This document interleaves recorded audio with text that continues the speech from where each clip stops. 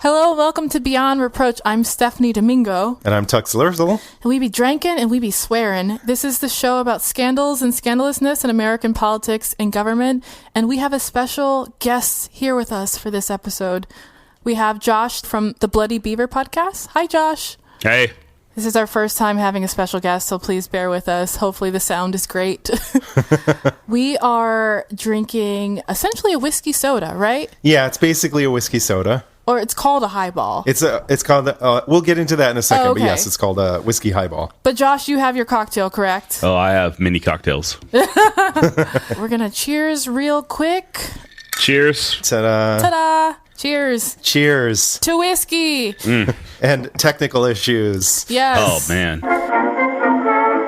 When I was a kid at school learning the golden rule, teacher often used to say, if you don't tell a lie, there's not a reason why you can't be like Washington someday. How could Washington be a married man and never tell a lie? It's a simple cocktail, but we still had some translation issues, I should say. Yes. I told Josh that we were doing a whiskey soda, and to Southerners, soda means Coke. To Northerners, it just means bubbly water. Part of that's my fault. I didn't really read what you said correctly. It's fine. And also, whenever there's soda to Northerners, down here it's just Coke. Okay. And when I say Coke, Yeah. that's literally everything. That's Dr. Pepper, Pepsi, Sprite. Wow. Everything is Coke. Yeah, I've heard that that's a Southern thing. Yeah, if you come over to my house and I'm like, you want a Coke? I'm going to ask you what kind of Coke you want. Wow, that is so... I'll have Sprite flavored Coke, please. Exactly. What Yeah, kind that's of Coke? definitely a Southern thing. So what Stephanie and I are drinking is whiskey and seltzer, Soda water. but Josh is drinking whiskey and Coke. When it comes to the origins of older cocktails from American history, the origins are hard to pin down. When it comes to the highball, Jessica Norris says that most folks agree that the highball started out as a sparkly brandy cocktail with the English gentry in the 1790s, when Johann Jacob Schwepp had first set up his soda shop in London. Some say a bartender named Patrick Gavin Duffy brought the drink to the U.S. in 1895 in the form of a scotch and soda. The name Highball is also a bit of a mystery and has kind of like a shaky origin story. One story claims that it started in 19th century English golf clubs, where the word ball meant whiskey. Oh, okay. And high referred to the tall glass that it's served in. Yes. Other people say it may have come from 19th century railroad signals. On American railroads, if a globe or a ball was raised high on a signal post, it signaled to the conductor that the track was clear ahead and that the train could pass through without stopping in the station. As dining cars started serving cocktails in tall glasses, they took on that name. So if you're going to go on an American railroad, you're going to drink a highball because it's like a train thing. Oh, okay. So what is a highball? Delicious. True. That's generally when I go out drinking. If we're going to go to the bar, I drink a whiskey soda. A highball is a little bit more complicated than that. Generally, it has to be served in a tall, narrow glass that's between 8 ounces and 10 ounces, and it has to have plenty of ice. They're usually mixed in a ratio of about 1 part spirits to 2 to 3 parts soda. In Esquire's 1949 Handbook for Hosts, Dave Woodrich says to use a tall glass, preferably uncolored, definitely sparkling clean, admirably narrow-mouthed, so soda does not collapse ahead of schedule. Okay. He says that you fill the glass with several large ice cubes, add the liquor, cold sparkling water, and most importantly, spare the spoon and save the drink. He says that silverware will squelch the bubbles. Okay. And that the carbonation itself is enough to do the mixing unassisted. So no spoon necessary. Fair. The original American highball was made with scotch and soda, but any whiskey will do. Today, the word highball can refer to any number of simple mixed drinks. A rum and coke, a 7 and 7, a gin and tonic, whiskey and ginger ale.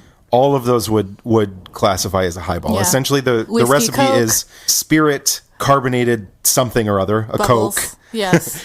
and ice. That's it. Easy. Even a few more sort of slightly complicated, like a dark and stormy or a Paloma that's grapefruit soda and tequila with a little lime and salt. All of those could also be considered highballs. But today, we're drinking whiskey and plain old seltzer. Yes. We're drinking bourbon. Are you drinking bourbon, Josh, too? I'm drinking Maker's Mark whiskey. Bourbon. Fancy. Yeah. And what's crazy is I went to junior high with a kid named Highball Jackson. Oh. Really? And That is such a Southern... Yeah. That person, to me, is in like some sort of tall tale. Highball Jackson. The legend of Highball Jackson. He had a stutter, and I kind of feel bad about making fun of him over it. Oh. Yeah. What did he... Like, people called him Highball? Was there like a nickname? No, I just made all that shit up. No, you did not. Sorry. Really? Damn. Yes. This is classic Josh right now. Amazing. He bad. makes up the most amazing stories that are in parallel to real life, but fantastical. And he gets me every time. Well, I tell you when I'm just fucking off. Did they call him High? Let people know. Oh, man. That was a good one, though. You had us. My bad. You could use rye in this too. It wouldn't be quite as sweet as bourbon, but it's going to taste good with soda water. It's fine. Yeah. Plain whiskey soda highballs are also oddly really popular in Japan right now. Oh. I learned this in my research. Basically, like, there are some high-end bars in Tokyo that have perfected the art of making a highball into an art form. And there's like these elegant that is steps. So Japanese. Yeah. They're so meticulous. And Yeah. they just perfect everything. They really do. Repetition, repetition, repetition. But the way we're drinking them today, plain soda water, whiskey, ice, that's it. That also would have been really popular in the early 1900s in America. And our story today is from the 1910s and 1920s. Yes. So, Josh, do you know about Ma and Pa Furguson? Oh, yeah. The name rings a bell. Keep going. Fantastic. I was worried that you knew all about them because you are a history buff. I'm sure it's something that you learned when you were in like grade school. Hit me with it. So this scandalous couple, they both made histories in their own way. Governor Jim Ferguson, who eventually went by Pa, became the first person in Texas ever to be impeached. And then the Mrs., who went by Ma Ferguson, very conveniently became the first female governor of the state. She openly campaigned as a stand-in for her husband when he was impeached, and she won. So they were quite the pair. These two are some of the most colorful and divisive figures ever in Texas politics, which is saying a lot. It sure is. Yes, it is. So this scandal, much like our guest, is very Texas, but also very unlike Texas. At least according to these two Yankees who have only ever been to Austin. Josh is from Conroe. He is the real deal, you guys. He says words like holler, and he's always fixing to do things.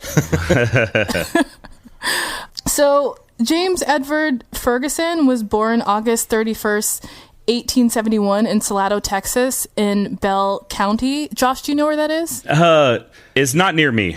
That's all I know. Texas is big as hell. It's big as fuck. It's freakishly large. But apparently it's near Temple. Oh, yeah. Okay. So he went to prep school at age 12, but he was expelled at age 16 for disobedience. So he wandered out west for work. 2 years later, he returned home and he decided that he was going to become a lawyer. How does someone who was expelled at age 16 actually become a lawyer? Texas, that's how. Exactly. Yes. It's Texas. And also he had a hookup. When he was 26, after no formal study, he received his law degree because the chairman of the bar exam knew his father. Mm-hmm. Must be nice, right? He could just become a lawyer because his father is like friends with a dude. Why not? Texas. Texas. High places. So on New Year's Eve, 1899, he married Miriam Amanda Wallace. His law practice left him with a bunch of free time, so Mr. Ferguson got into real estate. He dabbled in insurance, and later he turned his attention to banking. He started 2 different banks. He started the Farmer State Bank, but then he sold it and established Temple State Bank. Throughout his years in banking, he took an interest in local politics, as one does when you're a banker. You want to buy a little bit of influence. Although he had never held office, he was not a stranger to political problems. Problems like when the government tells you cannot drink and you want to drink. Oh, he yearned to be free to drink. So he worked very hard to keep prohibition from his county. That he sure did. Not on his turf. So in 1914, Jim decided, even though he'd never run for political office before, he thought, you know what? this seems like a really good time for me to run for governor. It was the same foolhardy confidence that made him rich that also made him think that he could run for the highest office in the state of Texas and win. Unlike Huey Long, who had started at the bottom and worked his way up to governor, this dude was like, nah, I got this. I got it. And he wasn't wrong. Yeah. His upset victory over a much more qualified congressman was surprising to some, but Jim Ferguson knew how to get people on his side. Even though he had never run for office before, he had helped with other political campaigns. He also talked a good game. He knew how to market himself. Yeah. And how to exploit other people's interests for his own personal gain. He was a politician. Natural politician. You know what politician means, right? No. Oh, do you? Oh, No, man. Oh. Dad joke coming in hot. Poly, meaning many, and ticks, meaning blood-sucking fucking insects. Oh. Yeah. Wow, yes. I know. Yeah. It's all right. All right. Love it. So, for one thing, he saw that his opposition was running on a prohibitionist platform. And he kind of correctly... Sorry. I want liquor. He sort of saw that maybe the guy was overestimating the popularity of prohibition. And he figured that if he ran on a platform of neutrality, he could win the votes of the wets, a.k.a. booze hounds like us, Yes. and the campaign dollars of the brewing companies. And he was right. Yeah. Not only that, but even though he had grown up a prep school kid who went on to become a banker and a lawyer, on the campaign trail, he started going by Farmer Jim because he was trying to flatter the pores and court the, quote, creek bottom vote. Cute. He knew he Love didn't it. have the backing of the political establishment. But at this point in Texas history, nobody was really trying to mobilize the rural poor and the working class. So he figured he'd go for it. He knew there was a growing resentment against the ruling elite, and he figured it wouldn't matter that he was actually part of that elite as long as he could convince the poors that he was one of them. That sounds a little bit familiar, Tux, but maybe I'm just imagining things. I don't know what you're referring to. Just like Huey Long, who we've talked about in episodes 11 and 12 of the show, he won the election because of a visceral connection with these white rural voters and small town good old boys that most of the people referred to as dirt farmers at the time. I recently saw something on TV that said a lot of politics is just going on to flatter your voters. And that, that's true today, but it's also, that was true 100 years ago. Yeah. It's such an emotional connection that it's not really about facts as long as the politician that you're supporting makes you feel good about yourself. Like, that's really what it is. Yep. I feel like when it comes to politics, they basically just say what they want their people to hear, They know their base, and they're just pandering to the lower percentage sometimes, I think. Lowest common denominator. Yes, sir. Yeah. Oh, sorry, where was I? God damn it, Tux. Fucking whiskey. I'm going to blame whiskey. Yes. Why isn't there prohibition right now? This would be so much smoother. Basically, he went on to appeal to their perceived status and explained to the poors that it was the wealthy who were keeping them down, but Farmer Jim was here to help them turn things around and make their lives better. And this strategy worked. Yeah. Once in office, he did try to keep several of his campaign promises. He passed a law that protected sharecroppers by limiting the amount that landowners could charge their tenants. Unfortunately, this was later struck down as unconstitutional, but he did try it, at least. He also set aside state funding to build a bunch of new rural high schools, and he made school attendance mandatory. Not surprisingly, he also vetoed every single bill that was designed to tighten the state's liquor codes. Liquor codes. Not on his watch. Yeah, not today, Satan. Yes. Not tomorrow either. Yeah. This guy was a very popular figure. He was a man of the people. He was doing the populist things. But in reality, he was actually doing more to support the needs of the urban industrial interests than he really was the sort of like rural poor. Rural agricultural poor.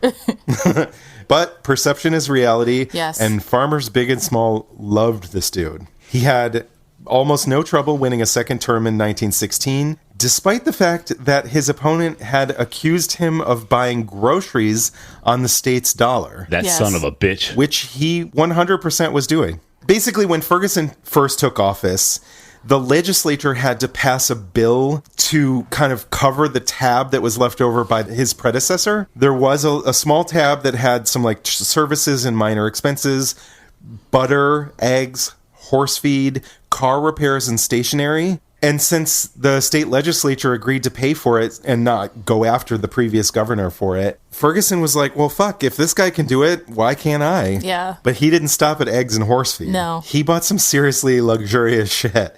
He was a man of taste. Yes. You know, much like me. Yeah. If I knew the fucking state was going to pay for shit, I'd be like, I'll have cashmere sweaters, please.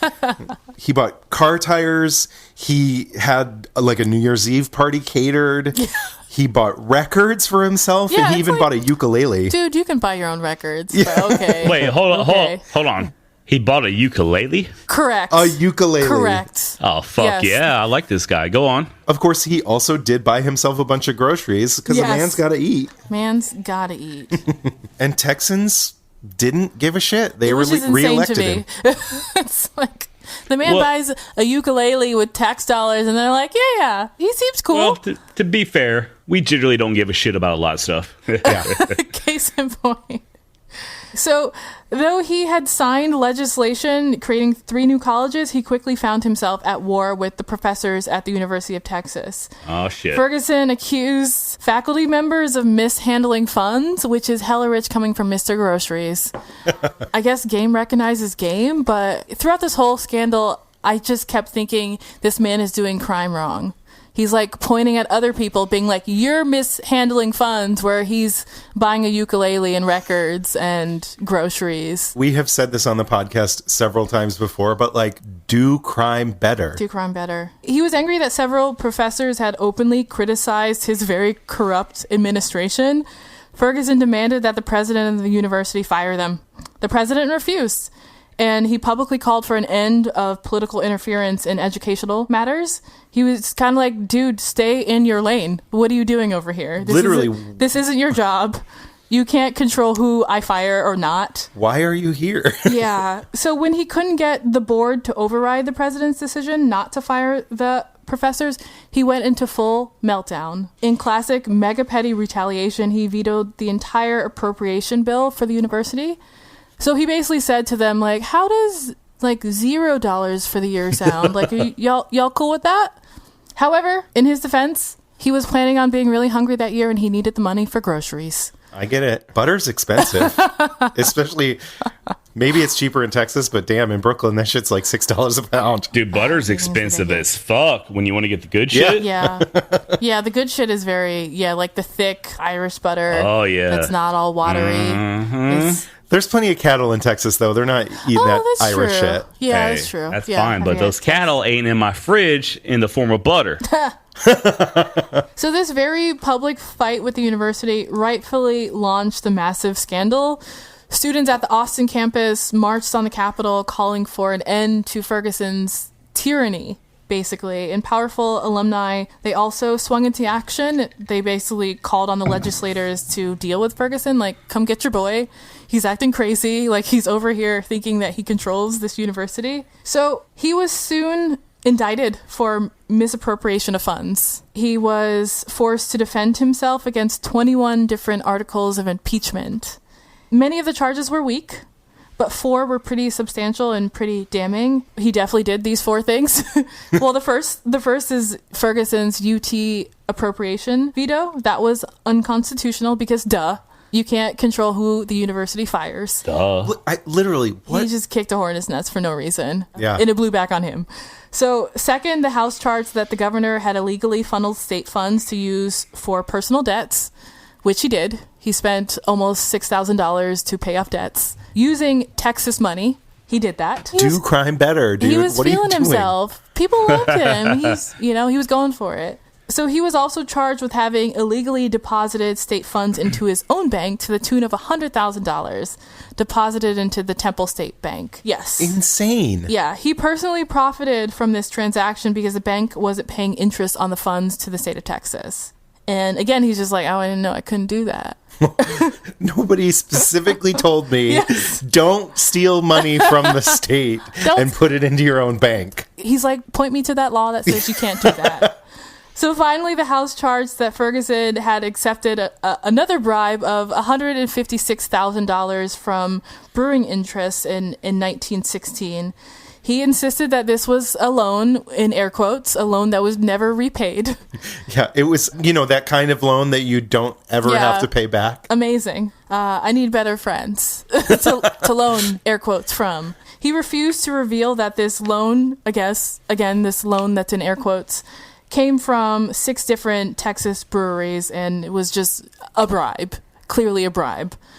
So Governor Ferguson maintained that the charges against him were unconstitutional because the House didn't include the subject of impeachment in their session notes, in their agenda for the meeting. You got to look at the fine print. Yeah, well, had they, again, this is not in the laws that they must do this, but had they said, like, dude, we're going to impeach you at this session, he wouldn't have showed. He wouldn't have. And he's like, oh, it's unconstitutional because you didn't outright tell me, hey, we're about to impeach you. Yeah. You better show up for this shit. Yeah. He defended himself against these charges because, again, he's a lawyer. And you know what they say about lawyers who defend themselves, that they have a fool for a client. He was such a fool. We all know how that went. He was impeached. However, he submitted his resignation the day before he was scheduled to be formally convicted. And you can't fire me. I quit. Exactly. I mean, I'm not mad at him. I feel like this is how you do it. You realize that you're guilty because duh, and then you resign, and you're just like, I never wanted this job anyways, and laws are for squares. I give it a 10 out of 10. What do you think, Josh?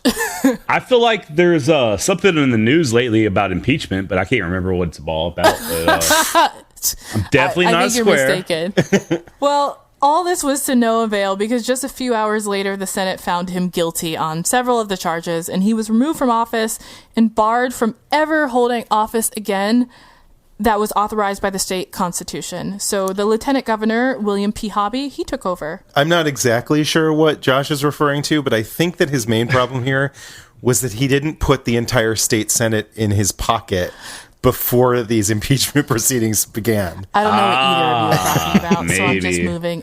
I'm moving along. See, that was his first mistake. I think you both have been drinking too much. Yeah. I'm drunk as fuck. Just add on to that the fact that I never know what I'm talking about. Yes, thank you. We're thank fucked you for today. saying that, yes. Yeah, I mean, I think that makes 3 of us. Yes. So Jim, he returned to his hometown.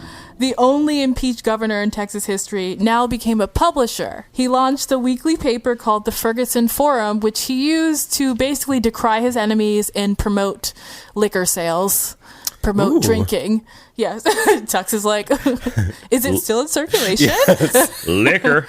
I hardly know her. Yeah. His opponents called the paper the Ferguson for Rum. Can I, how much is subscription cost? Do they deliver to New York City? Ferguson, he still wanted power. Being a publisher was not enough. He went to court maintaining that his ban from state office was unconstitutional. He challenged Hobby, who was lieutenant governor. He challenged him in the primary of 1918. Ferguson ridiculed his opponent, big ears and short stature, because he's that mature. A grown man being like, you have big ears and you're short. Yeah. Hobby answered, and he said, I will admit that the Supreme Being failed to favor me with the physical attributes pleasing to Governor Ferguson. But at least he gave me the intelligence to know the difference between my own money and that which belongs to the state. Ooh. Shots fired. He went there. Shots fired. But Ferguson, not to be undone, he objected to the construction of tennis courts at the governor's mansion, and he suggested that a cow lot was more appropriate instead. However, Hobby responded again that, quote, it's too bad that the ex-governor didn't think of the milk cow pen when he was in office. They say in those days he confined his milking activities to the public treasury. KO. Oh my God. KO. Returning petty with petty. Truly. And killing it. This is Mortal Kombat, and he's done. Finish him. Fatality. Fatality, yes. So the ex-governor, he lost both battles. Like, he got clobbered by Hobby, and also the Supreme Court upheld that the ban was constitutional. And yet, Ferguson refused to yield and would reemerge in the 1920s as a dominant figure in Texas politics. He even ran for president in 1920 as a candidate for the American Party, which no one has heard of. He's the only one in it. And Literally, no one. No one. He only made it on the ballot in Texas. So needless to say, he lost against President Harding. Is that the American ballot or the American ballot? The American Party. Basically, yes. It's the American Party. But thank God we had Harding, because this show has been sponsored by Warren G. Harding. Harding is a gift to this podcast. Yes, he absolutely is. By leaps and bounds, he's so good. So when a court suit blocked his entry into the primary of 1924, because again, he's trying to win the primary in Texas, even though he's barred. It's ridiculous. Farmer Jim said that his wife would be the next governor. With her husband sidelined, Mrs. Ferguson announced that she was fixing to run for governor. Fixin' to... Good job on the Texas talk. Tux I actually loves- use fixin' in my does. everyday life. Just be natural with it. Go with it. You have to be confident. Drink 4 whiskeys and just say fixin' to. Feels good. It feels good when it comes off your lips. Fix it to. I'm fixing to go over there and start the fucking washing machine. See? Wow, it works for everything. For everything. So Miriam Amanda Ferguson was 49 years old when she decided to enter politics to, quote, vindicate my husband's good name. It was a little tarnished, but she figured she could polish it with a little spit. A little bit of spit goes a long way. Even though she was hitched to a corrupt former governor, her upbringing had not really prepared her for life in politics. She'd been raised in a middle-class farming family, and she was sent to Baylor College for Women to train for the role of a dignified social lady. Oh, yes. Rather than campaigning on her qualifications, the Fergusons came right out and said, look, this candidacy is a means to return Jim to the governor's mansion. Yeah. They even had a slogan, 2 governors for the price of 1. When it came to her folksy nickname, during the campaign, a reporter wrote an article about her and switched her name, Miriam Amanda, and used her initials, M.A., instead. And Ma stuck. Initially, she privately hated the nickname, but Who wants to be called Ma? Yeah, seriously. Especially by strangers. Yeah. But it inspired this like matronly image that really did have an effective appeal in the same rural and small town communities that were won over by her husband's farmer Jim shtick. Yeah. So with Miriam full on the Ma train, he switched from farmer to Pa. So cute. I love that they're just doing a bit, the two of them. Ma and Pa Ferguson. I'm picturing them in that like American Gothic picture, like holding a pitchfork. Yeah. But it's like, dude, you're a banker. Like, nice fucking try. She's a dignified social lady. Oh, yes. Perception is reality. True. Exactly, yeah. Unfortunately. It wasn't long before cars all over the state of Texas were emblazoned with bumper stickers that said, me for Ma. And usually they had a tagline, and I ain't got a darn thing against Pa. I like that they say darn thing. It is literally written out, D-U-R-N. I ain't got a darn thing against Pa. Oh, Texas. I love it. Hey, man, that's a legitimate word. So you hear darn? Like, oh, fuck yeah. say There's a darn? difference between damn and dern. Like, you know, sometimes you want to calm it down a little bit. And That's like language you use around your grandma. yeah. oh, Oh, okay. yeah. So it's like dang. Well, it depends on your grandma. Because there's some Oh, grandmas true. that they don't want to hear it darn or dang it either. But then there's other grandmas that are okay with you being like the goddamn motherfucking shit. Yeah. Oh, dude, there's other grandmas that'll be saying that to you while they're beating the shit out of you. Exactly. Yes. Yeah. I had one of those such grandmas. There you go. She was from Alabama. She did not play. I would have to get my own Switch. Hey, oh, yeah. Oh, yeah. You got to Yeah. go out there and get your own Switch, man. She was not there for my games. No. I learned very quickly. She was not my mom. Yeah. I feel you. I feel you. Oh, man. The upstate cold Germanic people that I come from, we just get like a look. Oh, We're like, what? I'm A not look? mad, I'm disappointed. Ooh, wow. Where are you from? Auburn. Upstate New York, near Syracuse, kind of. Oh, okay. It's called I got Auburn. You. I got you. Big German family. Big German family, man. Yeah. So his grandpa like doesn't hug. Oh, man. Just so German. Very, like, not emotional. Zero emotion. Yeah. His grandpa likes to shake his hand, which I think is insane. Now that he's older than 90, he what? finally hugs now. Because I've been like, no, you're my grandpa. Like, I'm going to hug you. We know each other. Like, I'm not going to shake your hand. That's kind of cool. I kind of like that, though, because... Why? Because it's like the seems very older... unnatural. I'm kind of an anomaly in that I didn't know either one of my grandpas, and I wish I did. Oh, okay. Mm-hmm. So I think in my mind it'd be so cool to be able to shake my grandpa's hand. And but never to hug either, though? Like, no. Prefer to hug him? Yeah, I would prefer. Are you not a hugger? No, you're right. Yeah, because I know on my father's side, my grandpa was a very hard man. Never told his children he loved them. Nothing like that. Would physically beat them and shit like that. Yeah. So with me growing up, my dad, that grew up in that environment, I got hugged. He told me he loved me, all that type of stuff. So I grew up in that type of environment where I was told I was loved. But still, I feel like it would be real cool to be able to shake my grandpa's hand. I don't know. Good old Maker's Mark. It's all right. It's all right. That's the power of whiskey. Yeah. So on the campaign trail, Miriam Ferguson, much like her husband, made a lot of big sort of Huey Long-like promises of like investments in infrastructure and education reform. She also made promises that she was going to better manage the state's finances. Sorry. Which shouldn't be hard considering her husband had lowered the bar so much. They just like grift a little less. And she's like, I did it, you guys. I got it. Just slightly less crime. And we're Mission good. accomplished. So vindication was kind of the real reason behind their 1924 campaign? Yeah, it was vengeance. Yeah. But their biggest, sort of like most publicized campaign issue was taking on the Ku Klux Klan. Yes. Oh, shit. Yeah, all shit is right. Yeah, I know.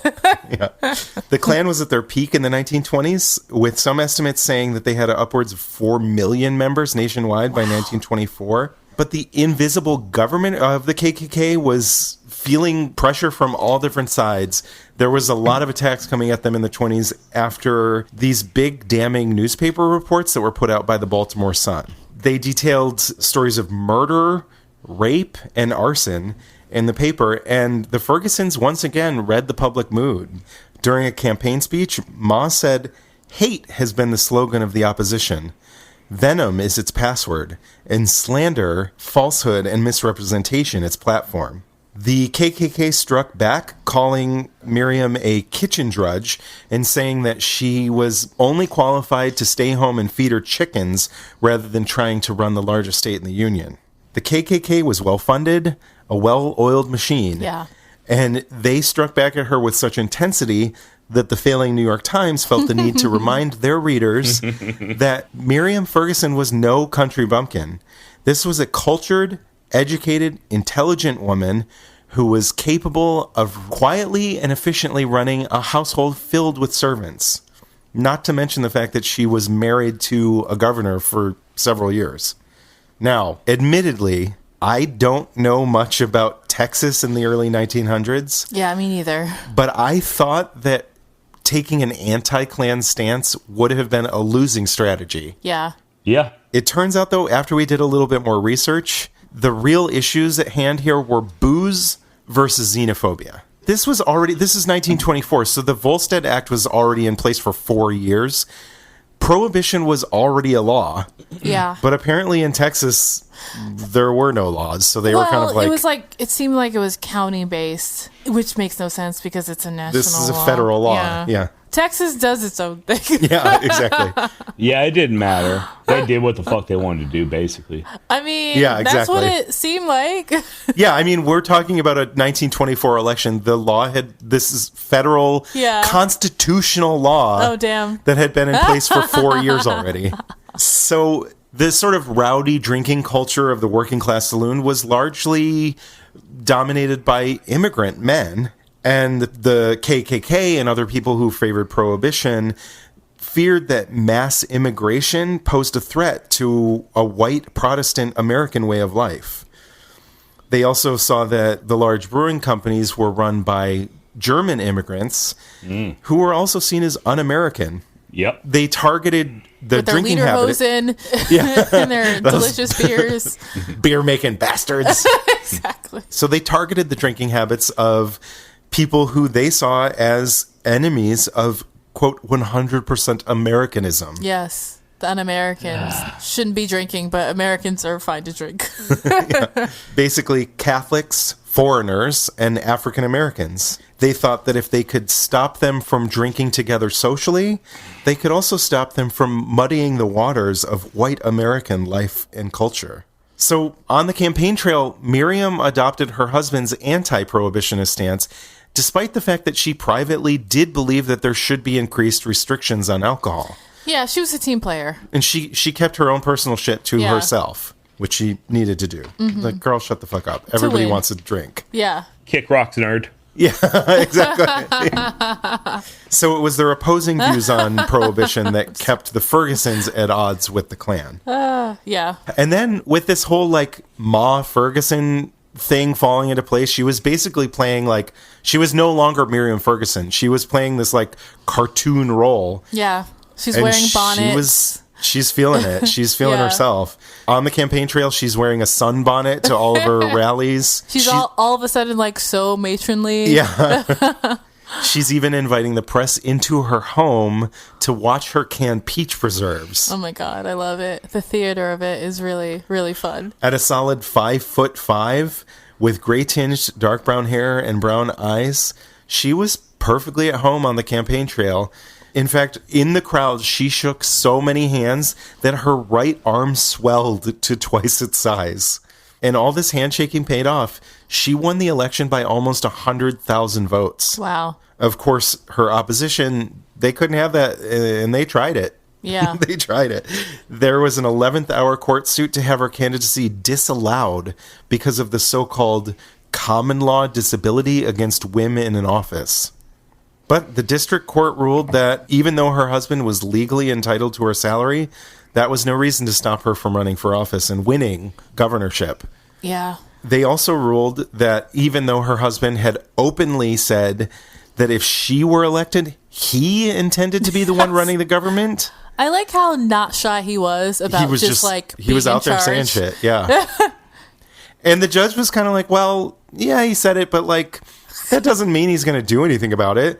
The judge actually said, and I quote, "If everyone were held responsible for his campaign statements, then nobody could be elected to any post." I mean, he's not wrong. I mean, it's really cynical, but he's not wrong. People be lying. They definitely be lying. The state Supreme Court affirmed the decision, and on November 4th, 1924, Mrs. Ferguson accepted her victory after beating the strongest Republican opposition since Reconstruction. Wow. So how was she in office? A perfect angel, right? She was the best. Was she scandalous like her husband? No, she made promises and she stuck to them. Well, no. Yeah. Let me interject here. She was definitely as scandalous as her husband.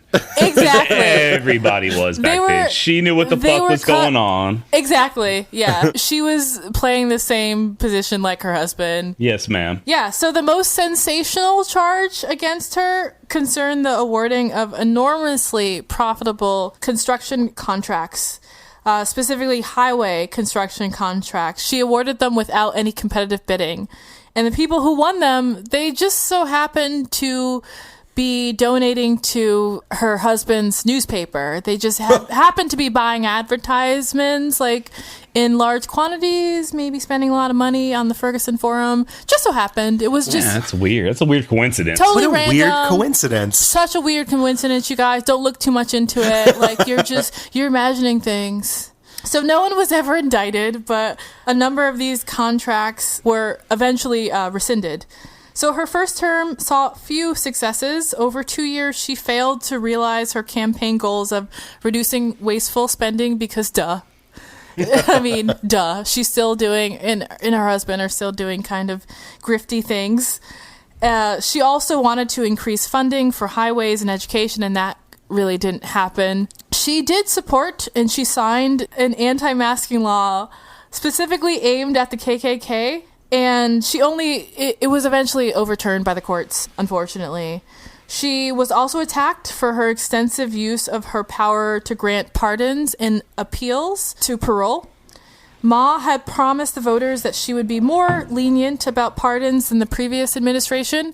And this, for once, she wasn't lying about that. She was very, very, very lenient when it came to pardons and paroles.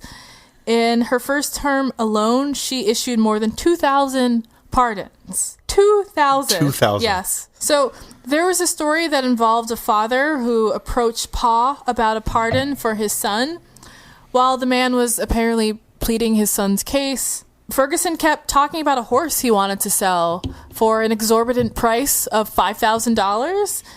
And when the puzzled father finally demanded what does this overpriced horse have to do with my son's release from prison, Pa said, well, I figure your son might ride him home from the penitentiary if you bought it for him. Some of the pardons were issued before the convicted person even made it to prison. So it wasn't long before people began referring to the executive mansion as the House of 1,000 Pardons, which I they need to put up one of those historical markers that says the House of 1,000 Pardons on the mansion. Yeah. So in Ma's defense, she insisted that most of the pardons involved people who were violators of the Volstead Act. So she didn't want to add to an already overcrowded jail situation. And plus, she said that the pardons were granted with the approval of the state board. So it wasn't just her. I mean, she was doing a lot of them, but it wasn't just her, and she was doing them for a reason because she thought that people should be allowed to drink and not go to jail for it. Yeah. The combination of highway scandals and this unprecedented number of pardons had just 9 months into Ma's term. People were already talking about impeachment.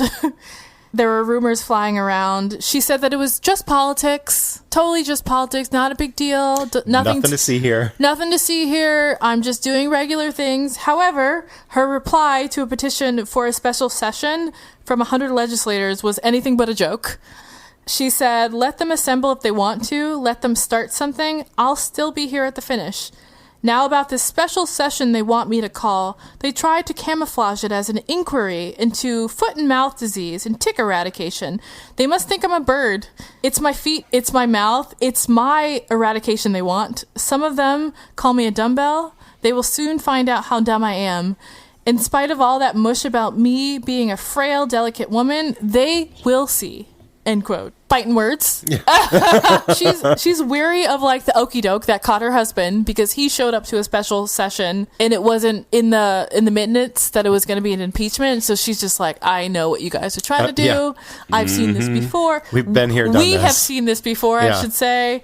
So there were a lot of jokes about Ma and her impeachment floating around at this time. There was a joke that went, how does it feel to have a woman governor? Went a popular joke. And the response is, I don't know. We don't have one. Oh, shit. That was a burn back then. That's, times have changed. So Ma was easily defeated in 1926 by her own attorney general. He immediately had the legislator void the amnesty law that she had passed 2 years before to restore her husband's political rights. Because again, he still wants power. He wants legitimate power. And she had passed a law that said that he could run again. So I guess the thought was she would finish out her term and then he would run because she made it legal. So the lieutenant governor is no, we're not. No, we're not doing this. I'm sick of y'all. This is illegal.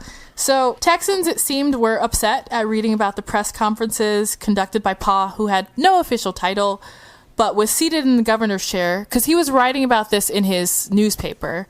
He was writing that he was passing laws from essentially her chair. What are you doing? Dude is telling on himself. Do crime better. Yeah, they're real. Do crime better. They're really Why bad. Why are you doing this? They're bad at crime. Snitches get stitches. They're snitching on themselves before Instagram. You know how people are getting in trouble on Instagram? They're putting all of their ill-gotten gains and taking pictures and uploading it to Instagram, and cops are what you doing? He Me Too'd himself 200 years earlier. Yeah, exactly. Basically. Yeah. There is no phrase that says snitches give themselves stitches.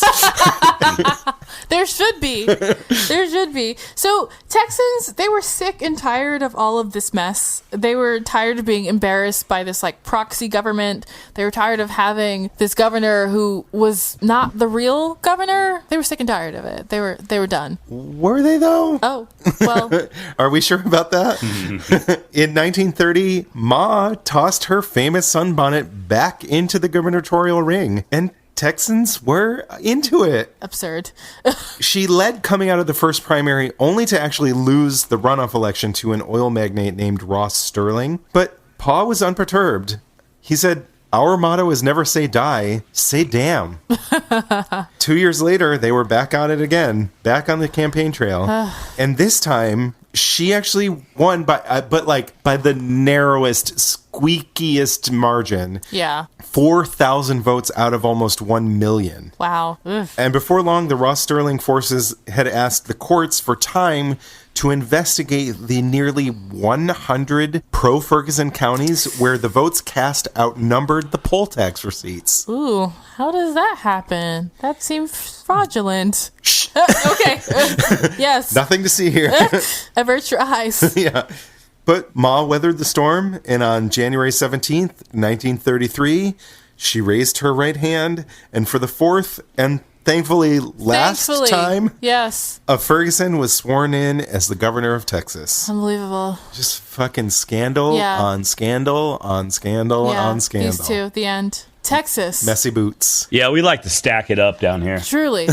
Everything's like, bigger in Texas. I'm not going to learn from my lesson. We learn from our lessons, but it's a hard fucking lesson, man. Yeah. Because that's one thing I've learned from doing my podcast. Dude, you had no justice in Texas before like the year 1900. People are just doing what they want. Everybody just did what the fuck they wanted. With Ma Furguson, there's a female governor of Texas. I can't remember which one it was, but she literally went in there and fired all of the Texas Rangers. Oh. And now I'm wondering if it was Ma Furguson, because it was around that It same could have been time her, period. yeah. It could have been her. It must have been her. Yeah. Yeah, I think it was her, because she was the only female governor for a while, for like decades and decades. She either fired them or they all fucking quit under her reign. Like, they were like, fuck her, we're not going to serve her, whatever the fuck.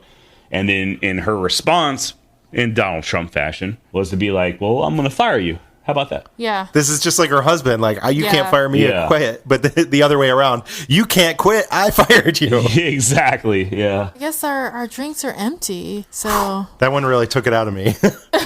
whiskey is very drinkable and delicious. Facts. Big facts. Yeah, all the ice is melted, so you actually can't hear the little swirly Yeah, sound. there's literally not even ice left in the glass. We have sucked out every last Yes, drop from these truly. glasses. So we're were gonna parched. take a little break, put some more ice in, as well as some more Refresh whiskey. our beverage. Yeah. We will be right back. BRB. Yes.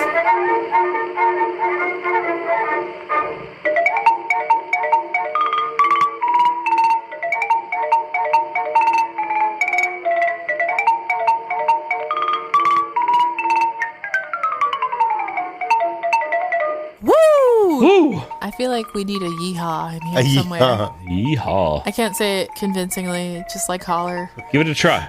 Yeehaw! Yeah, that's good. A pretty swing good and a yeehaw. miss. No, I feel like that was a good yeehaw. I think Stephanie has this sort of like performance anxiety when it comes I to do. anything Southern sounding. But I can say y'all because I've been saying y'all my whole life. Yeah. Y'all doesn't feel like like theater, but like fixin' to. My mom says it all the time, but like I just can't. Isn't your mom from the South? Yeah, she's from Alabama. She's from Tuscaloosa. Or Tuscaloosa, she says. Tuscaloosa. All right, Josh, it's your turn. You're up. Tag, you're it. right. We're back. We're back. What number drink are you on? Because we're Good really. Lord. Oh, you're like, I've lost count. I'm on number, I'm fucked up is what I'm on. Okay, yes. yes. Exactly. Similar. We're getting there. Same. So here we go. Today's tale is a sad tale, Oh, but it does possibly have what I consider to be a happy ending. It's about a man named York. And York doesn't have a last name because he wasn't really considered to be a human being at the time. Oh. York was a slave. Born into slavery, and because of that fact, we don't have a definite birth date or whatever. Yes. But a good guess is that he was born sometime around 1770. Okay. Oh, wow. Okay. That's similar for women, too. Like, a lot of women don't have birth dates because who cares? Oh, yeah. Yeah, who cares? Yeah, I don't know how many slaves were all total in the history of the United States. I did read about 600,000 were brought from Africa and shipped here. Yeah, but then the great thing about they make more. That's what I was about to say. Yeah. Enslaved people make more enslaved people. So, yeah, it's great like that. Fun times. Don't you wish iPhones could reproduce? Right? Why do I have to keep going to the Apple store when my shit breaks up? I kind of freak out about Apple phones like becoming self-autonomous and then wanting to murder us. That's why I keep a gun loaded. You would. Luckily, they don't have hands. Yeah. So, yeah, like you said, the slaves had slaves. Yes. And then their children had slaves. Their children, Correct. grandchildren had slaves, all that type of shit, right? These are the forgotten. We don't know their names. We don't know their life stories. We don't know shit about them.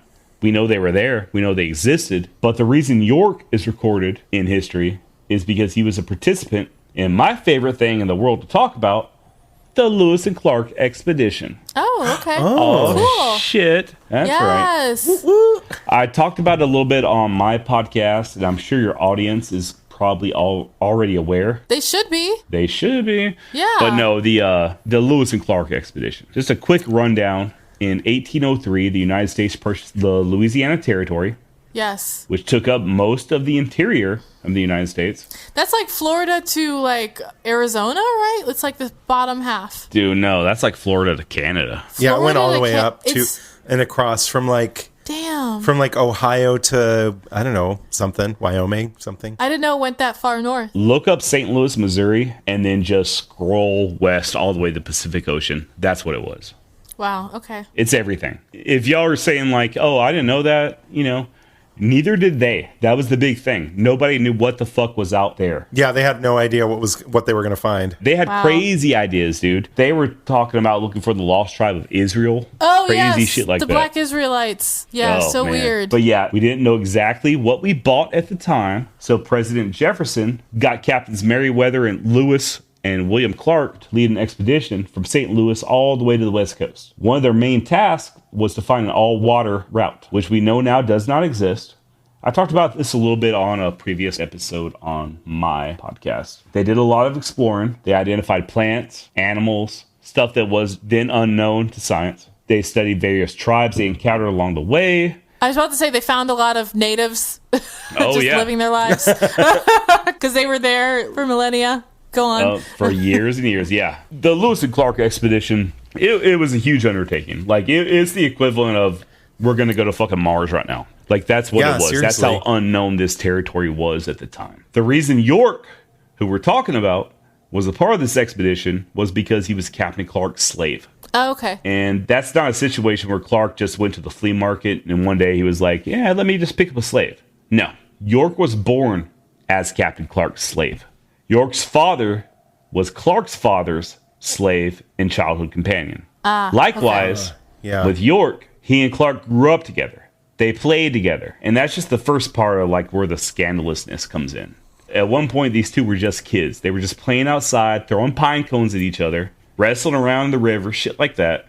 And then at some point, Clark, the white dude, he got older and realized, he was a master. And also at some point, York had to come to the realization that he and his friend are at vastly different stages of society. That's crazy to think about, the like growing up with someone like that and then Yep. suddenly realizing like, oh, but also I own you. Yeah. Yeah, exactly. Yeah. And that was the situation right here. I'm also your boss, and I'm not paying you. And I'm not even a fucking human being, Yeah. Yeah, exactly. So yeah, anyway, 1804, the Lewis and Clark expedition is getting underway. Both captains were handpicked by Thomas Jefferson. This was a huge deal. Like I said earlier, it's the modern day version of a group of explorers going to Mars or whatever. The men of this expedition were well vetted. They were real picky about who they picked to got to go along. Everybody had to be in great shape, yada, yada, yada. So I couldn't go? Damn it. I mean, how many push-ups can you do? No. I have no upper body strength. My hands are just decorative. Yeah, you can't go. You're fucked. There was Sacagawea. She was like 14 and pregnant, and she got to go along, so. Lucky her. Lucky her. Other than Captains Lewis and Clark, there were about 22 other dudes that went on this expedition.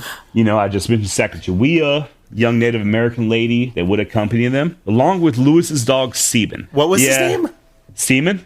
Wait, what? Seaman. What's his name? His name is Seaman. Like seaman?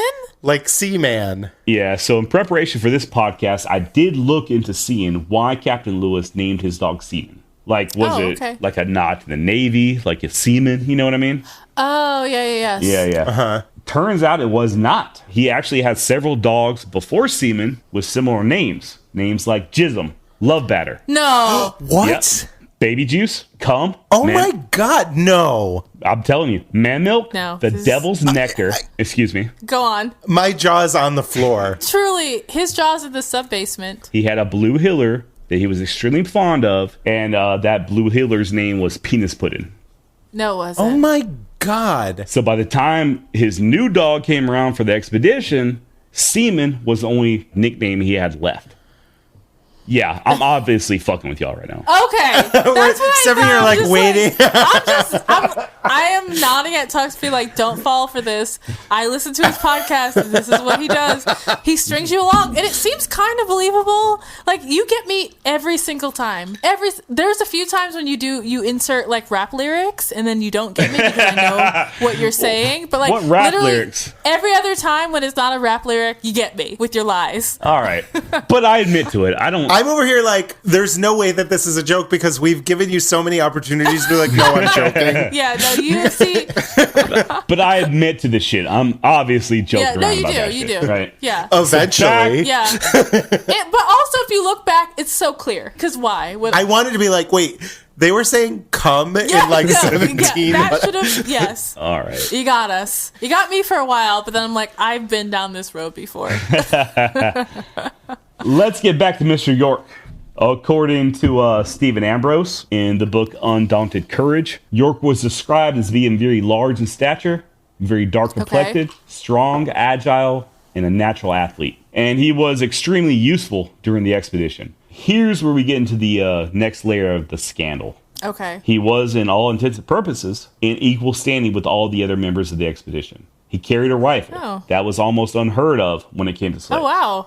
Shit. He was sent out on his own to hunt, just like the other members of the expedition. He killed buffalo and other game. He scouted, etc. And when it came to friendly relations with the Native Americans, York was instrumental. According to author Stephen Ambrose, quote, York was a sensation. His size was impressive enough, but the Akara tribe had never seen a black man and couldn't make out if he was man, beast, or a spirit being. Oh. Huh. York played with the children, roaring at them, chasing them between lodges, bellowing that he was a wild beast caught and tamed by Captain Clark. The captains finally told him to stop because, quote, he carried on the joke and made himself more terrible than we wished him to be.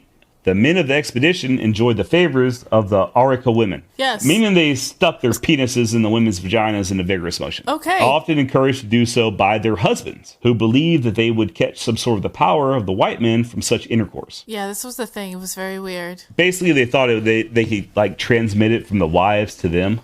The men of the expedition were considered big medicine or good luck, and especially was the case with York. One warrior invited York into the lodge, offered him his wife, and even guarded the entrance while they got the freak on. And this happened the entire way west. It's a different culture. The women had a lot of power, and like, Yeah. the women were attracted to like certain men. The women were like, oh, damn. I mean, kinda.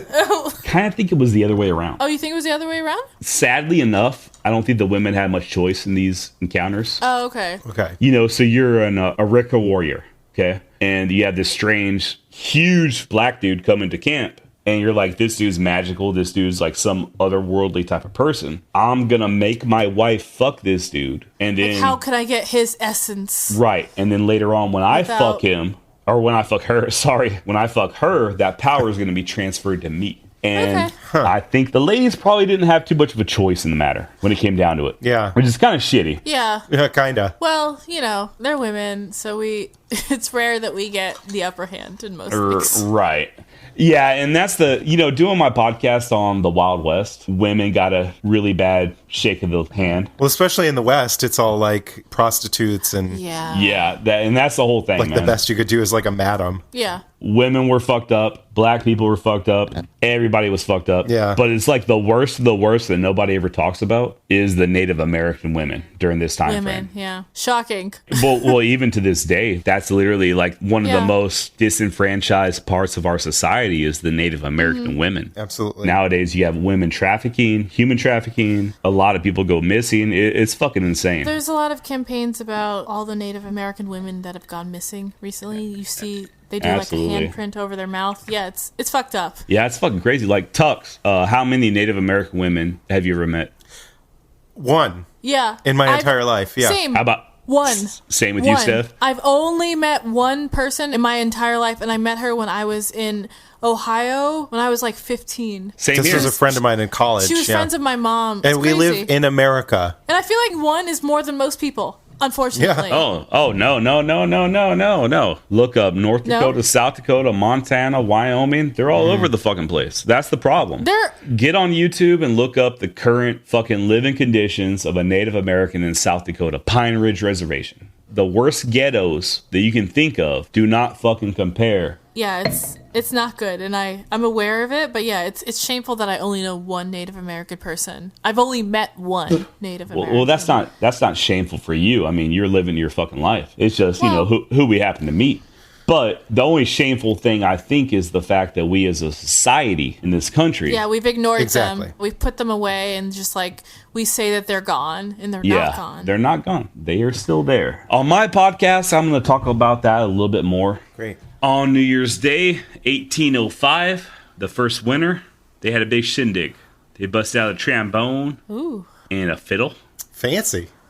And they got their party on like it was 1799. Good year.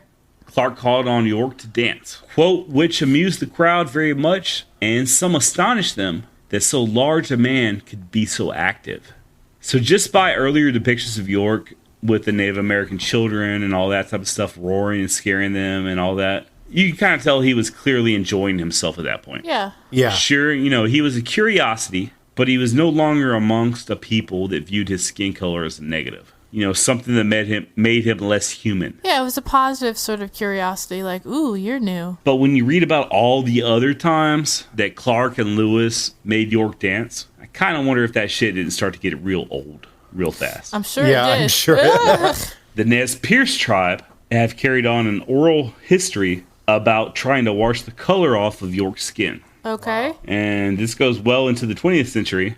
Quote, they called him Raven's son for the color and the mystery that he embodied. In one Nez Perce legend, recorded as late as 1966, members of the tribe wanted to slaughter the party when it emerged from the Bitterroot Mountains, but feared retaliation from, quote, the black man. When the expedition needed horses to cross the Rocky Mountains, the Shoshone tribe were unwilling to barter with Lewis until he promised them a glimpse of the extraordinary... God damn it, man. Extraordinary? Oh, okay. Extraordinary York. I'm way too drunk. Yeah. Yeah. Oh my God. Have I been drinking some whiskey? That's just what we know about the times that York was present to save the expedition. So he was like a bargaining piece. Yeah. Yeah, big time. I will give you this if you let me look at him. Like weird, but okay. Yeah, pretty much. Yeah. And there's no telling how many other times he was instrumental in the expedition's success. When the expedition finally reached the West Coast at present-day Washington State, there was a little bit of a disagreement between the captains as to what would be the best location to set up their winter camp. Lewis wanted to camp close to the sea. His theory being, like, the closest upriver you got, it'd be a little bit warmer. Plus, he wanted to render salt from the Pacific. And being camped on the coast meant that they had a chance to maybe make contact with another vessel and possibly get a quick ride back east. Clark disagreed. Yeah, you fools don't know where the fuck you are. Yeah, seriously. So they put it to a vote. And what makes this vote interesting and relevant to our topic is that both York and Sacagawea were given full and equal votes on this. I feel like there's a difference between like when you're at home in America in normal society versus when you're essentially like you are in space. You're like out in the middle of nowhere.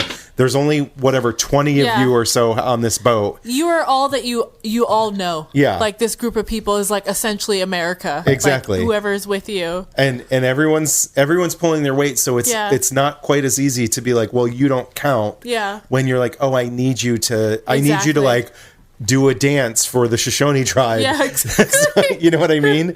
Yeah. I agree completely. And you're absolutely right. Everybody gets a fucking say, right? Yeah. Yeah. And I can't imagine how York felt at this time. I'm sure it was like terrifying. He's out in the middle of nowhere and they have no idea what they're getting themselves into. Yeah. But at the same time, it had to feel pretty, I'm level. outside the system. Yeah. These people think that I'm a person as well. Yeah. And then I get a vote. According to author Stephen Ambrose, this was the first ever vote held in the Pacific Northwest. Oh. It was also the first time in American history that a black slave had voted. And the first time a woman had voted. Whoa. That's insane. Yeah. That's crazy. I did do a quick Google search, and it's not exactly true. A woman had voted way back in 1756. What? Yes, ma'am, in Massachusetts. Evidently, she was allowed to do so because she was a widow and she was rich as a fuck. Okay, I'm like, how? But how and why? And her son was a minor, so the townspeople felt like her family should be able to cast a vote. The first African American that officially voted in a U.S. election would be a guy by the name of Thomas Mundy Peterson. And that was in 1870, over 60 years after York cast his vote on where to camp. And I know that voting on where to camp is such a trivial thing, but like I said, just imagine how he felt. The expedition, of course, headed back east after the winter, and when they arrived back in St. Louis, they were considered heroes. The white men of the expedition collected their wages and rewards and vast land grants. And this is where the scandal gets in. York just went back to being a slave. Of course. Is that a scandal? It's fucked up today. Okay. At the time, that was just like, okay, yeah, obviously. It's like Tuesday. Yeah. Because it's scandalous by today's definitely. standards. He wasn't paid anything for his services. He wasn't awarded any land. Obviously not. Mm-hmm. Yeah. He didn't get the 40 acres and a mule. Well, duh. Yeah. Maybe his ancestors will one day. But yeah, no. That day is not today. You know, the captains were dining with rich people and famous people after the expedition. Yeah. And all the other members were being bought drinks in saloons and taverns. And York was just ignored. He was expected to just quietly going back to being a servant. And understandably, this didn't set so well with York. They could have freed him as if they were about doing payment. the right thing. Oh, I mean, do I have a story for y'all? York began demanding his freedom as a reward for his services. He had gotten married at some point before the expedition, and his wife was sold to another master and shipped to Louisville, Kentucky. Of course. Tale as old as time, yes. And of course, Clark refused to grant York his freedom, but kind of as a concession prize, he would let him visit his wife in Kentucky, but just for a short visit. In a letter Clark wrote to his brother Jonathan in 1808, he said, quote, "Send York and permit him to stay a few weeks with his wife. He wishes to stay there altogether and hire himself, which I have refused." And this is just me talking right now, but when you talk about hiring yourself, you're basically hiring out your slaves and you're pocketing the money. They don't keep any of that shit. He's like, I'll work for somebody else just so I can like be where I want to be. Oh yeah. Even though I'm not going to get paid for my labor. Yeah, that's a loss. At least I can offer to work for free for someone else. Clark went on to write, "He prefers being sold to returning here, but he is serviceable to be at this place, and I am determined not to sell him, to gratify him, and have directed him to return to this place this fall. If any attempt is made by York to run off or refuse to perform his duty as a slave, I wish him sent to New Orleans and sold, or hired out to some severe master until he thinks better of his conduct. I do not wish him to know my determination if he conducts himself well." So fucked up. Jesus. Clark is so insulted by the fact that York wants to be free that he'd rather see his loyal servant, his childhood companion, mistreated rather than entertain the idea of setting the man free. It's real petty. That's petty as fuck. I'm sure by those standards in that day, that was just like normal. Yeah. No. And but it would today, be weird holy for him shit, not that's to feel so that way, I fucked up. guess. Yeah. As York would continue to demand his freedom, Clark would later write, quote, "I did wish to do well by York, but as he got such a notion of freedom and his immense services on the expedition, that I did not expect he would be well to me of service again." In another letter to his brother, he wrote, quote, "I do not care about York being in this country, meaning Missouri. I have got a little displeased with him and intended him to be punished, but Governor Lewis insisted on my only hiring him out in Kentucky, which will perhaps be best." And I can just imagine Clark bitching and moaning to Lewis about it. Lewis, by the way, by this point was half fucking insane. Was he? Oh, fuck yeah. But he somehow still made it. He, makes more sense than Clark still in his madness. Yeah, he managed to be a voice of reason. York wasn't the only slave that was getting under Clark's skin. At one point, Clark even considered selling all of his slaves just to be done with all the frustration, as he put it. They just want to be compensated for all the work they do for me. What are they talking about? All the money they make for me.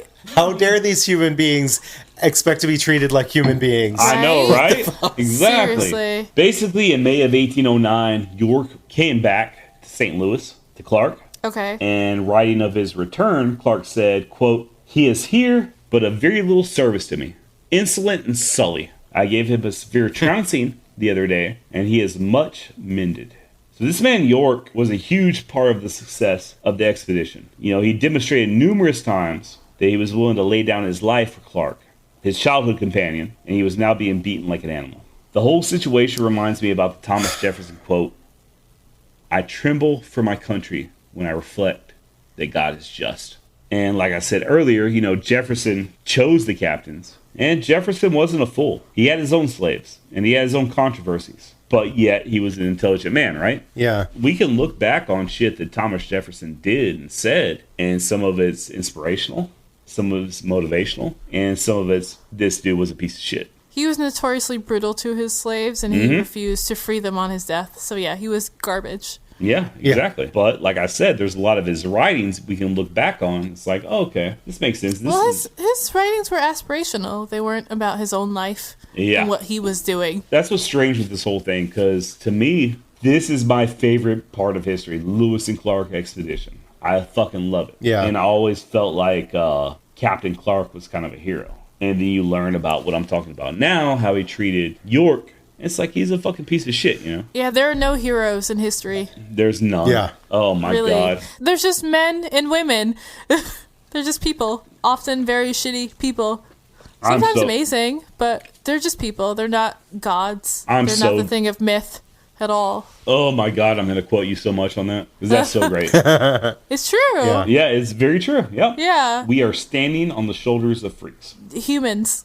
Assholes. Other assholes. Yeah. Yeah, exactly. But one thing we can agree on is history is complicated, and you have to learn from your history or you're going to fucking repeat it. York eventually got his freedom. Oh, okay. Cool. Sometime between probably 1811 and 1815. And this is where we get a little bit murky in history again. So there's two versions of York's fate.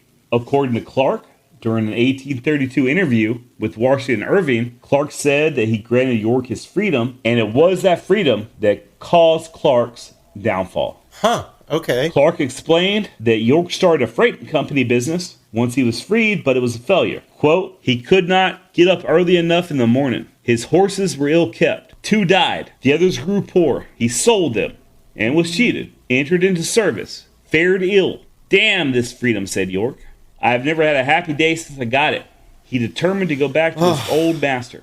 Set off for St. Louis, but was taken with cholera in Tennessee and died. Holy shit. So, there you go. The old narrative, we know better. There's no possible way a dumb slave could survive on their own without, kind, gentle master. Yeah. The soft bigotry of low expectations. He was the white savior in this narrative. Yeah. Yes. There's zero indication that in any of the writings of York that he was inadequate. I mean, if he was inadequate, he wouldn't have come on the journey. So Exactly. yeah. He was as heroic as any of the other men on the expedition. Then there's the other version. The one I hope to God is the real story about York's later years. And this is not a conspiracy, not something I'm making up. This is plausible, and it is backed up by eyewitness accounts. This isn't like Highball Jackson?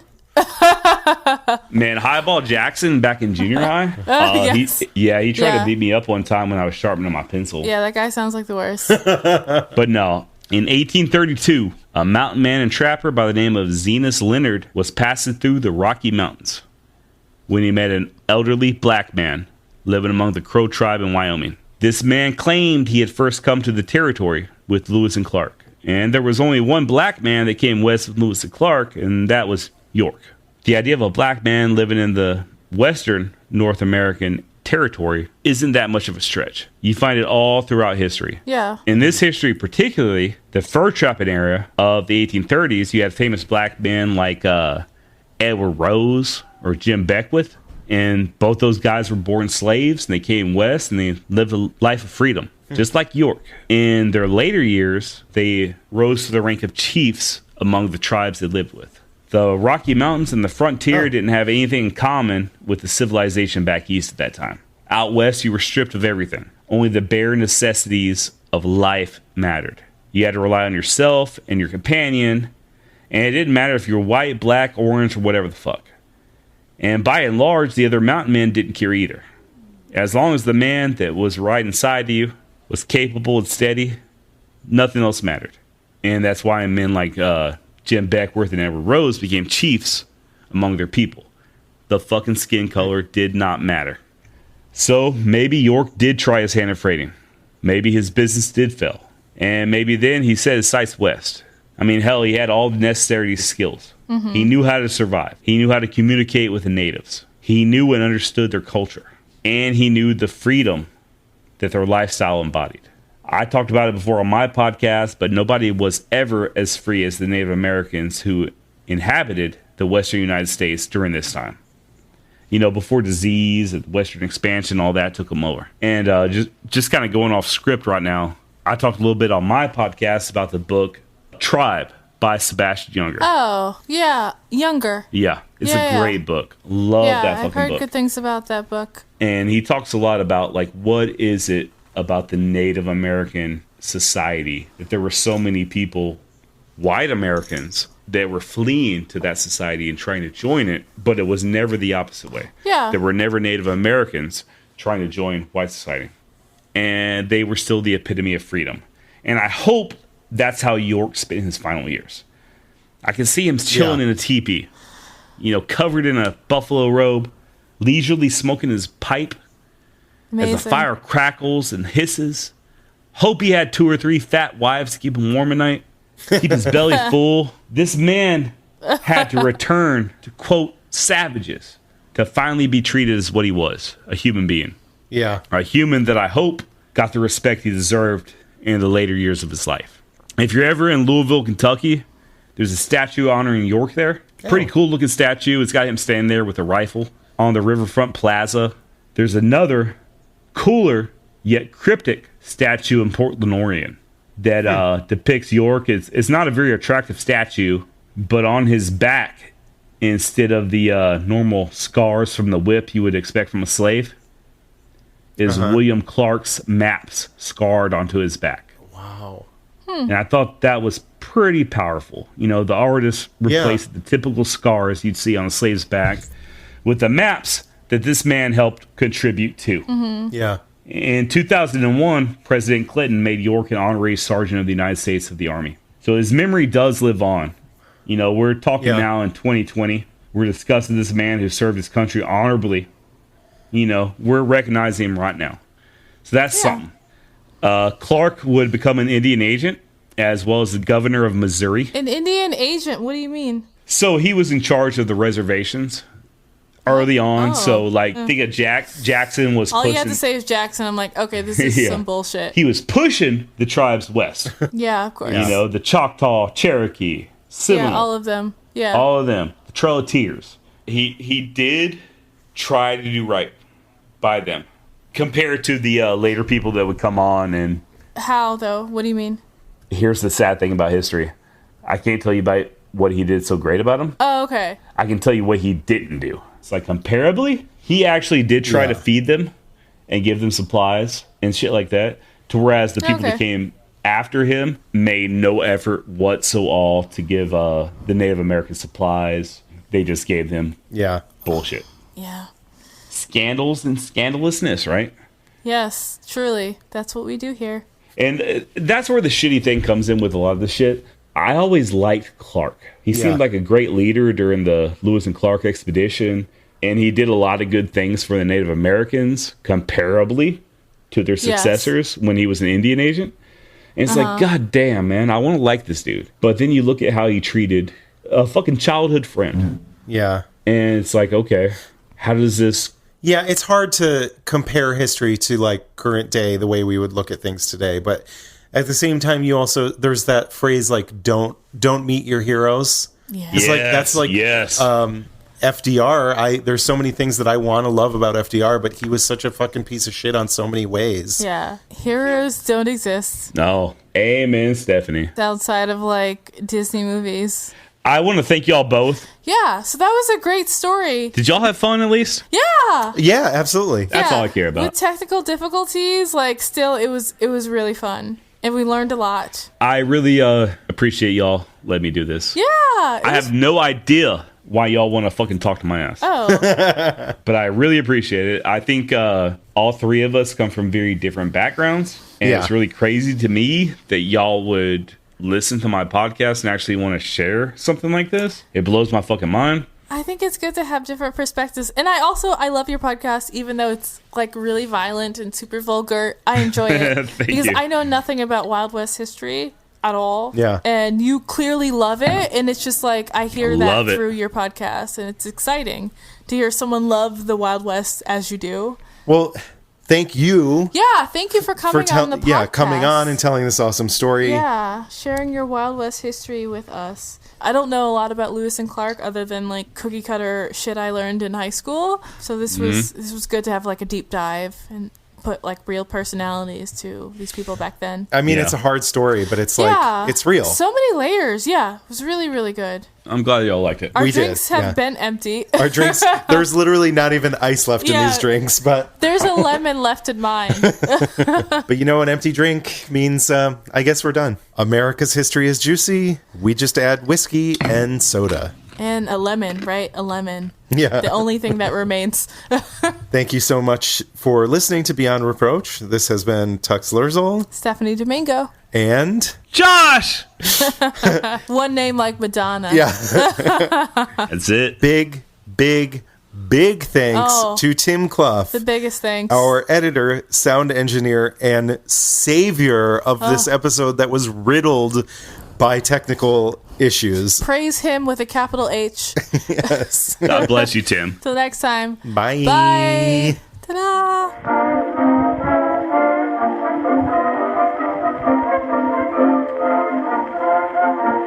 Beyond Reproach is proudly recorded in Bushwick, Brooklyn. New episodes are released the first and third Monday of every month. Please note that we are not historians. We are just a couple of drunks who never shut up and love history. Full list of all source information can be found in the show notes on our website. Please take a moment to rate, review, and subscribe. Written reviews are especially important. If you like us, please do one of two things. Leave us a review on Apple Podcasts or send this episode to a friend, family member, or someone you think would be into it. Don't forget to follow us on social media. Make sure you follow us on Instagram because we post our cocktail recipes the Thursday before each full episode. Please drink along with us if you are not driving. We also have a shop at beyondreproachpod.com. Get your merch, brand yourselves.